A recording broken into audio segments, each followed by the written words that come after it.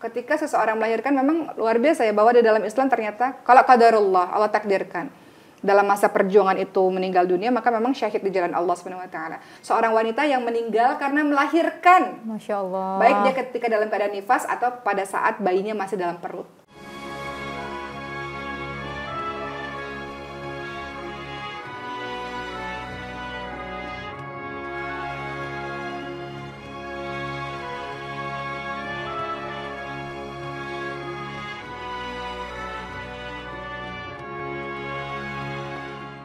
Ini teringat nih Bunda Mila, waktu saya ngelahirin anak yang kedua itu dalam kondisi yang HB rendah banget, HB-nya 8 pada saat itu. Nah, ketika operasi sesar itu, saya ngerasa saya nggak bisa nafas, kayaknya itu udah mungkin di sini kali ya saya.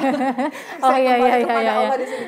Jadi apa ya, yang karena kesusahan nafas, jadi konsentrasinya adalah fokus ke doa. Waktu itu doa yang saya baca itu la ilaha illa anta subhanaka inni kuntu minadh dhalimin. Itu doanya Nabi Yunus alaihi salam dalam surah Al-Anbiya 87. Doa di mana insya Allah dengan doa itu bisa menyelamatkan kita dalam keadaan sulit lah. Sebagaimana Nabi Yunus alaihi salam diselamatkan oleh Allah dalam keadaan sulit di dalam perut ikan. Nah, ketika baca doa itu fokus jadinya kayak nggak ada apa-apa. Ternyata fokus ke situ lebih Masya Allah, aku merinding tenang. Kalau kita udah fokus dengan satu fokus, ternyata nggak ada rasa apa-apa lagi.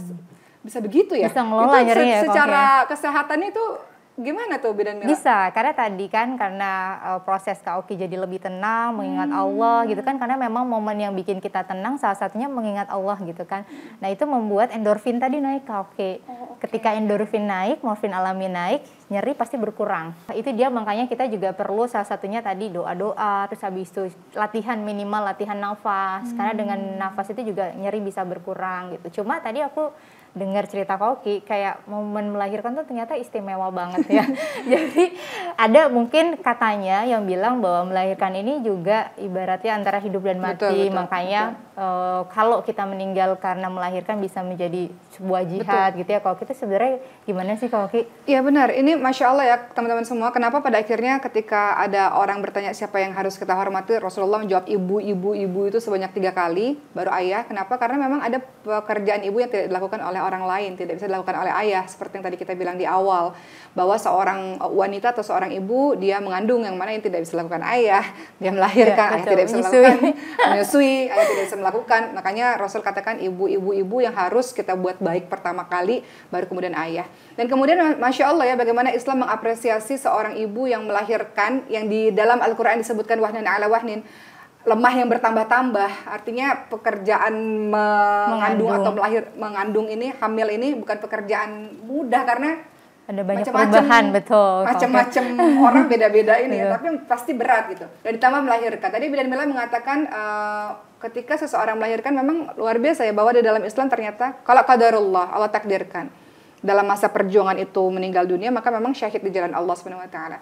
Mari kita lihat bagaimana hadits Rasulullah sallallahu alaihi wasallam yang menggambarkan orang-orang yang mati syahid itu siapa-siapa saja. Rasulullah sallallahu alaihi wasallam bersabda, ada beberapa orang yang ketika dia meninggal dunia maka disebut sebagai orang-orang yang mati syahid. Siapakah dia? Ada 7 orang ya, selain mereka yang terbunuh pada saat berperang di jalan Allah. Yang pertama adalah dia akan mati syahid kalau dia korban wabah. Misalnya nih lagi corona, lagi sekarang ya pokoknya. Korban wabah itu mati syahid. Kedua, orang yang mati tenggelam. Seperti kemarin kita punya kabar ya, TNI Angkatan Laut kita tenggelam, maka insya Allah mudah-mudahan Allah anugerahi mati syahid. Amin. Kemudian yang ketiga, orang yang punya luka pada lambungnya, orang yang mati karena penyakit perut, korban-korban kebakaran. Oh, Masya Allah, aku udah tahu banyak syahid. Keenam, orang-orang yang tertimpa reruntuhan, Semeru kemarin longsor, termasuk kayak gempa bumi juga ya, itu juga mati syahid di jalan Allah Subhanahu wa taala. Makanya ketika kita dengar kabar ada seorang anak memeluk ibunya dalam keadaan reruntuhan. Wah, itu udah biru, bakti biru walidennya udah masuk surga, ditambah lagi karena reruntuhan kan. Mati syahid di jalan Allah. Dan yang ketujuh, seorang wanita yang meninggal karena melahirkan. Masya Allah. Baik dia ketika dalam keadaan nifas atau pada saat bayinya masih dalam perut. Pernah nggak sih Bidan punya pernah. Karena kan memang angka kematian ibu tuh juga lumayan cukup jadi PR buat kita para bidan dan nakes Kauki. Dan Masya Allah banget, ternyata memang dimuliakan seperti itu proses melahirkan. Tapi bukan cuma ibu, banyak juga mungkin ibu hamil yang mengalami kehilangan buah hatinya. Bahkan sebelum dia lahir gitu ya Kauki, misalnya keguguran, ada juga black tooth ovum yang mungkin janinnya nggak berkembang, ada juga kehamilan ektopik, jadi hamilnya nggak di rahim. Itu sebenarnya gimana Kak Oki? Apakah memang akan menjadi ladang pahala surga di akhirat? Kalaupun iya, sekarang kalau boleh tahu tuh bayinya di mana gitu Kak Oki menunggu ibunya? Sebelum saya menjawab ini, saya pengen tahu dulu nih, ini untuk menghindari angka-angka kematian ibu ya dan bayi ya. Iya, itu gimana caranya Bidan? Oke, jadi kalau dari case angka kematian ibu paling tinggi itu karena pendarahan. Pendarahan pasca bersalin, dan kalau untuk bayi angka kematian paling tinggi karena hipotermi atau kedinginan. Ya, after melahirkan. Nah, kenapa dia bisa kedinginan? Maksudnya? Banyak faktor Kak Oki, karena ketika bayi lahir kan ada perubahan luar biasa. Yang tadinya di dalam rahim dia hangat, ada air ketuban, terus gelap suasana, detak jantung ibunya masih denger tiap detik. Pas lahir tuh ada momen yang wah ini dunia gitu, oh ini terang, suhunya berbeda gitu, sehingga untuk mencegah hipotermi yang paling mudah adalah skin to skin atau disebut inisiasi menyusu dini. Oke. Ya betul, karena dengan inisiasi menyusu dini, nggak pakai baju apapun, bayinya ibunya dibuka, dipeluk, suhu ibu akan menjadi termoregulator alami. Ketika bayinya 1 jam minimal, syaratnya ibu dan bayi dalam keadaan sehat. Gitu. Ketika memang harus ada kondisi yang dipisahkan terlebih dahulu, kalau udah sehat tetap dibantu dengan skin to skin. Gitu. Dan pendarahan tadi biasanya pasca bersalin bisa terjadi karena anemia paling banyak Kak Oki, lalu bisa juga karena plasenta tertinggal. Waduh. Kan abis kita lahirin bayi kan plasenta harus lahir.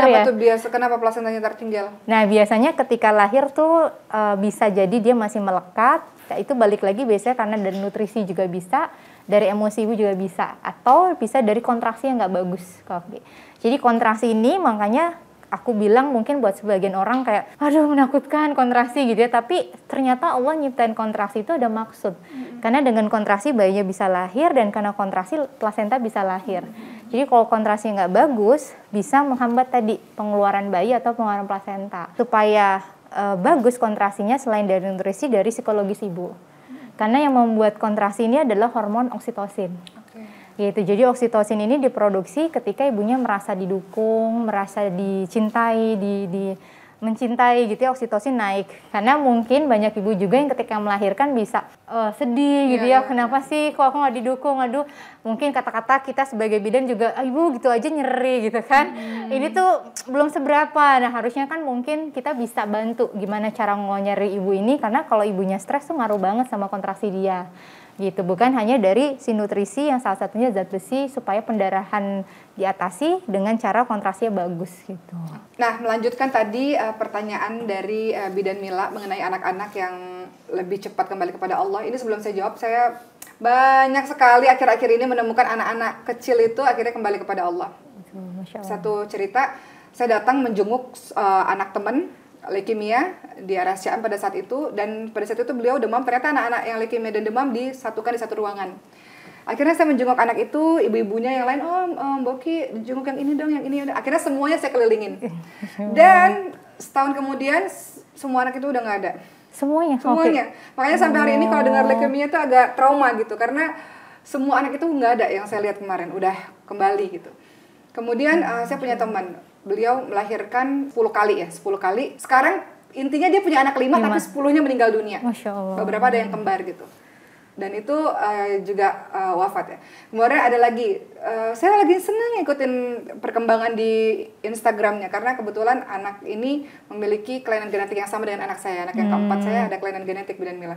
Jadi ini anak lucu banget. Terus tiba-tiba mendadak kembali kepada Allah gitu. Dan itu yang buat ya Allah, saya aja yang orang lain ya istilahnya sedih, merasa memiliki sedih, apalagi sang ibu, kesedihan seorang ibu kan ketika anaknya kenapa-napa kan. Nah, tapi wahai para ibu, ada kabar gembira ya Allah dalam agama ini ya, kita dijelaskan Rasulullah SAW ingatkan kepada kita semua bahwa anak-anak kecil itu yang meninggal dunia, yang kembali kepada Allah, mereka langsung masuk surga. Bagaimana caranya? Ketika meninggal dunia, anak-anak kecil ini berada dalam pengasuhannya Nabi Ibrahim alaihissalam, diasuh, dijaga oleh Nabi Ibrahim alaihissalam. ketika pada akhirnya kiamat tiba, barulah mereka masuk surga. Jadi anak-anak kecil ini tidak ke padang mahsyar, dia tidak ada hisab, tidak ditimbang, tidak, dia langsung masuk ke dalam surga Allah Subhanahu wa taala. Kemudian ketika di dalam surga dia lupa, dia bersenang-senang dalam surga, dia lupa yang ada di dunia yang kemarin tuh, dia lupa, dia bersenang-senang sampai kemudian masuklah pada akhirnya semua orang ini berada di hari akhir. Kemudian dikabarkan kepada anak-anak ini bahwa orang tuamu ada di pintu-pintu surga. Jadi mereka berlari menuju ke pintu surga menyambut orang tuanya. Ya Allah, aku merinding banget dari tadi. Tapi ketika dicari orang tuanya di pintu surga nggak ada. Kemana malaikat? Orang tua saya di mana? Di pintu surga nggak ada. Ternyata orang tuanya masuk ke neraka Allah sebab dosa-dosa sang orang tua. Kemudian anak ini memohon-mohon, gak mau, orang tua saya harus datang ke sini, harus nemenin saya, harus bareng sama saya. Kemudian apa yang terjadi? Malaikat mengatakan, kamu minta pertolongan syafaat kepada Nabi Muhammad SAW supaya Nabi Muhammad ini bisa mengeluarkan seseorang dari neraka. Ini syafaatnya Rasulullah, mengeluarkan seseorang dari neraka masuk ke dalam surga Allah Subhanahu wa taala. Maka anak ini minta syafaat, minta pertolongan kepada Nabi. Jadi Nabi Muhammad ini banyak membantu kita di hari akhir. Sampai hari akhir ya. Pada saat kita di Siratal Mustaqim, kita berjalan di jalan rambut yang di belah 7 ya katanya. Siratal Mustaqim itu Rasulullah bantu kita. Termasuk mengeluarkan orang-orang dalam neraka menuju ke surga Allah atas permintaan anak kecil itu, Rasulullah lakukan itu. Maka orang tua ini yang sudah ditempatkan di nerakanya Allah, berkat anak ini kehilangan itu, kesedihan ketika dia masih masa hidup itu, membantu anak-anak ini menarik orang tuanya menuju ke surga Allah SWT. Masya Allah. Untuk anak-anak usianya Kak Uki? Anak-anak kecil, anak-anak yang belum balik ya, tanpa dosa gitu ya. Dan itu nggak hanya ibu, bapaknya juga atau ibu aja? Orang tuanya. Orang tuanya, Masya Allah. Orang tuanya. Jadi bapak dan ibu memang, khususnya para ibu ya, memang sesuatu yang menyakitkan, menyedihkan, dunia gelap, semuanya ya, tidak ada, susah untuk kembali bangkit istilahnya. Tapi Masya Allah, ibu dan ayah yang punya tabungan anak-anak di surga Allah Subhanahu wa taala itu, insya Allah kehidupan di dunia ini memang kedengarannya klise ya saya bicara ini ya. Kehidupan dunia ini memang sementara, memang betul kesedihan sementara, kehilangan itu sementara, rasa sakit itu sementara. Itu anak-anak itu sekarang lagi berbahagia dan lagi jemput nanti ibu ayahnya, mana ibu bapakku di pintu surga, insya Allah. Aku merinding, insya Allah. Mudah-mudahan ini bisa jadi hiburan ya, hiburan untuk ayah ibu yang sedang berduka, yang sedang bersedih, insya Allah. Buah kesabaran insya Allah. Amin ya Allah. Dengan anak-anak itu yang lucu-lucu. Nah, kalau misalnya ada yang lagi menunggu buah hati gitu dan sampai sekarang misalnya belum mendapatkan gitu, ada nggak sih amalan yang sama seperti kita mengandung gitu? Punya banyak teman juga saya ketika Allah anugerahi sudah belasan tahun belum mengandung. Tapi ternyata anugerahnya adalah sekarang beliau ini punya banyak waktu untuk ngurusin anak-anak umat. Masya Allah, anak-anak umat. Anak-anak umat itu siapa? Anak-anak yatim piatu, banyak ngurusin kajian-kajian karena kan orang yang sudah berkeluarga mungkin terbatas ya waktunya. Betul. Tapi Masya Allah, saya sebut saja mungkin ya, namanya Kak Dini Aminarti sebagai contoh lah. Masya Allah, beliau memang sampai hari ini kita doakan bersama-sama agar Amin, beliau dikaruniai anak. Tapi beliau Masya Allah, semua orang memanggil ibunda peri, ibu peri. Kenapa? Karena beliau ini penggerak loh. Beliau orang di belakang layar yang menggerakkan dakwah, menghasilkan banyak generasi Quran. Waktunya full time untuk ngurusin anak-anak Quran. Kenapa saya bisa katakan demikian? Dan beliau punya anak-anak penghafal Quran yang beliau dedikasikan hidupnya untuk para penghafal Quran. Jadi mungkin kita belum punya anak secara biologis ya, tapi kita punya anak-anak solih, anak-anak yang dilahirkan lewat kasih sayang kita, anak-anak yang dilahirkan oleh cinta kita kepada mereka, seperti itu. Itu bisa menjadi amal, Masya Allah. Ya, anak-anak yatim di luar sana, anak-anak duafa di luar sana yang memerlukan kasih sayang dari seorang ibu, maka jadilah ibu-ibu peri untuk mereka. Amin. Lalu kalau habis melahirkan nih, ternyata ada lagi tahapannya, Oke, itu menyusui. Betul. Nah, kalau dalam Al-Quran menyusui bagaimana, Oke, dan Masya Allah, dalam Islam? ini luar biasa. Nanti juga pengen nanya juga nih sama Bidan Mila nih, pentingnya menyusui 2 tahun untuk bonding itu. Dan apakah kalau pumping itu mengganti menyusui langsung, nanti juga menanya sama Bidan Mila. Tapi pada hakikatnya menyusui ini juga banyak disebutkan di dalam Al-Quran, teman-teman sekalian. Contohnya dalam surah Luqman ayat ke-14 misalnya, wasainal insana biwalidayhi hamlathu ummuhu wahnan ala wahnin fisaluhu fi amaini an yashkur li walidayhi. Allah Subhanahu wa taala ingatkan kita untuk salah satunya bakti pada ibu bapak ya, khususnya kepada ibu. Salah satunya kenapa ibu punya tugas untuk, selain karena hamil yang sangat berat itu, bertugas untuk menyusui anaknya. Juga dalam yang lain-lain lah. Ada satu ayat kalimatnya adalah para ibu hendaklah menyusukan anak-anaknya selama 2 tahun penuh, yaitu bagi yang ingin menyempurnakan penyusuannya. dan kewajiban ayah memberi makan dan pakaian pada para ibu dengan cara yang ma'ruf. Dalam surah Al-Baqarah 233. Artinya menyusui saja disebutin loh di dalam Al-Quran saking pentingnya menyusui. Tentu saja nutrisi nanti akan dijelaskan sama Bidan Mila, tapi juga lebih karena bonding kali ya. Bidan Mila, gimana tuh Bidan Mila kalau dari segi kesehatan? Ya betul. Jadi menyusui ini bukan hanya sekedar menutrisi lahiriah tadi, batinnya. Jadi kalau kita ngomongin menyusui, kita udah tahu kandungan ASI itu luar biasa banget ya Kak Oki. Tidak digantikan oleh apapun gitu, karena kuning-kuning itu apa sih Bidan Mila? Kolostrum. Kolostrum itu adalah antibodi yang bagus untuk si bayi, dan ketika kita nyusuin Kak Oki, kita tuh setiap nyusuin itu momen kandungan ASI itu berubah. Jadi misalnya kita jam 10, jam 11 nyusuin, itu kandungannya beda-beda. Tergantung bayi kita butuh apa. Sehingga memenuhi nutrisi tumbuh kembang per hari, per jam, bahkan per detik. Jadi kalau misalnya di sini teman-teman ada nyusuinnya 2 bayi, yang satu toddler, yang satu mungkin bayi baru lahir, kandungannya beda gitu. Yang pertama, yang toddler ini dia banyak kalsium, mungkin dia butuh jalan lebih banyak gitu ya. Sehingga yang bayi ini dia butuh antibodi karena dia baru lahir. Jadi di sini lebih banyak kolostrum, yang di sini lebih banyak kalsium. Itu dari segi nutrisi, kandungan nutrisi. Yang kedua, vaksinasi alami. Jadi sebelum kita ngomongin vaksin COVID sekarang, ternyata vaksinasi pertama kali ditemukan dalam payudara ibu, yaitu ASI. Gitu. Jadi ada penelitian yang ibunya terinfeksi COVID dan ternyata ada antibodi anti COVID di ASI-nya gitu. Dan itu mengalir ke bayinya.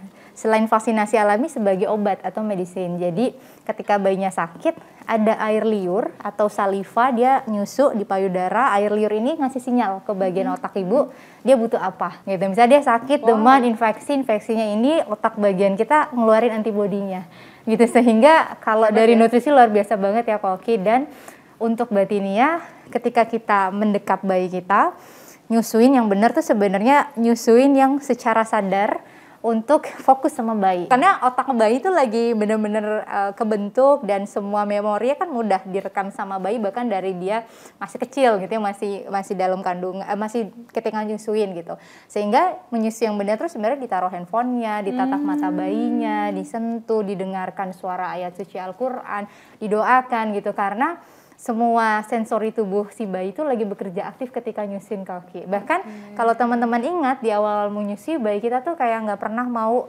nggak natap mata kita, kayak selalu natap gitu ya, seolah dia mau bilang thank you mama gitu ya, I love you. Dan ternyata bagian hal kecil ini yang kadang-kadang kita nggak sadari natap layar handphone, padahal bayinya lagi natap kita.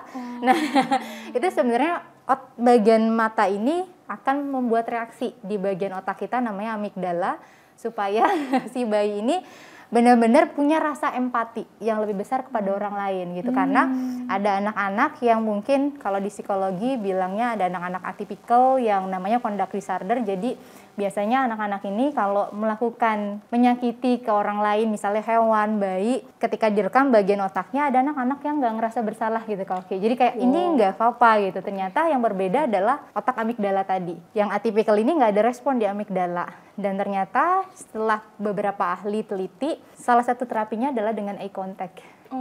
Eye contact ketika berinteraksi dan memberikan cinta sebanyak-banyaknya. Karena anak-anak yang conduct disorder tuh biasanya nggak mau natap mata. Jadi ketika mamanya bilang, ayo mama mau ngobrol, dia biasanya begini.